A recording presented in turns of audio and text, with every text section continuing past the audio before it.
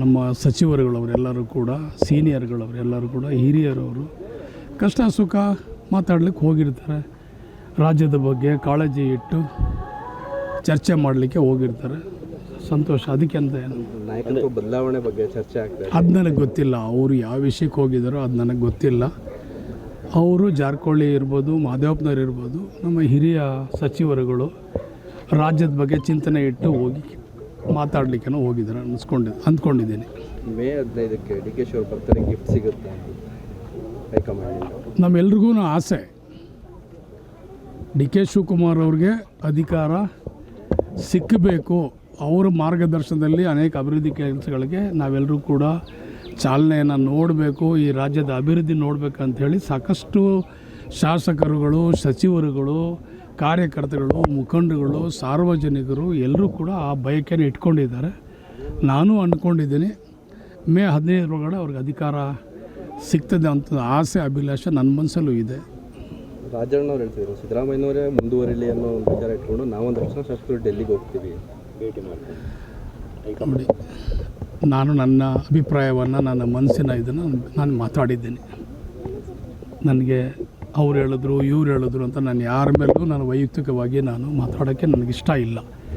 ನಾನು ನನ್ನ ಅಭಿಪ್ರಾಯ, ನನ್ನ ಮನಸ್ಸಲ್ಲಿರೋ ಭಾವನೆನ ನಾನು ಹೇಳ್ತಾ ಇದ್ದೀನಿ. ನಮ್ಮ ನಾಯಕರಿಗೆ ಇದೊಂದು ಸಲ ಈ ಅವಧಿನಲ್ಲಿ ಒಂದು ಅಧಿಕಾರ ಸಿಕ್ಕಬೇಕು. ಅವ್ರ ಮುಖಾಂತರ ನಾವೆಲ್ಲರೂ ಕೂಡ ಕೆಲಸ ಕಾರ್ಯಗಳನ್ನು ಈ ರಾಜ್ಯದಲ್ಲಿ ನೋಡಬೇಕನ್ನೋದು ಆಸೆ ಇದೆ. ಪದೇ ಪದೇ ಡಿ ಕೆ ಶಿವಕುಮಾರ್ ಅವರ ವಿಚಾರ ಬಂದಾಗ ಕೆಲವೊಂದಿಷ್ಟು ನಾಯಕರುಗಳು ನಾವು ಡೆಲ್ಲಿಗೆ ಹೋಗ್ತೀವಿ, ಭೇಟಿ ಮಾಡ್ತೀವಿ, ಪರ್ಯಾಯ ನಾಯಕರ ನಮಗೆ ಬೇಕಾಗಿದೆ ಇರ್ತಾರೆ ಸರ್. ರಾಜಕೀಯದಲ್ಲಿ ಅವೆಲ್ಲ ಸಹಜ. ರಾಜಕೀಯದಲ್ಲಿ ಸಹಜ. ಯಾರಿಗಿಲ್ಲ? ಮಾಧ್ಯಮದಲ್ಲಿಲ್ವೇ? ಗುಂಪುಗಾರಿಕೆ ಇಲ್ವಾ? ಮಾಧ್ಯಮದಲ್ಲಿಲ್ವಾ? ಜನಗಳಲ್ಲಿಲ್ವಾ?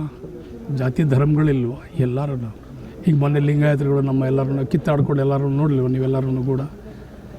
ಎಲ್ಲದರಲ್ಲೂ ಇರ್ತದೆ. ಅದೆಲ್ಲ ಸರ್ವೇ ಸಾಮಾನ್ಯ. ಅವೆಲ್ಲನೂ ನಾನು ಅದಕ್ಕೆಲ್ಲ ದೊಡ್ಡದಾಗಿ ನಾನು ಮಾತಾಡೋಕ್ಕೆ ಇಷ್ಟ ಇರಲ್ಲ. ಸದ್ಯಕ್ಕೆ ರಾಜಕಾರಣದಲ್ಲಿ ಒಂದು ಬದಲಾವಣೆ ಆಗಲಿ ಅಂತೇಳಿ ನಾವೆಲ್ಲ ಬಯಸಿದ್ದೀವಿ. ಸಚಿವ ಸಂಪುಟ ವಿಸ್ತರಣೆ ಆದರೆ ಮತ್ತೊಂದು ಸಚಿವ ಸ್ಥಾನವನ್ನು ಬೆಳಗಾವಿ ಕೊಡಬೇಕು ಅಂತ ಹೆಬ್ಬಾಳ್ಕರ್ ಅವರು ಹೇಳಿದ್ದಾರೆ. ನಮ್ಮ ಅಕ್ಕನ ಕೇಳಬೇಕು.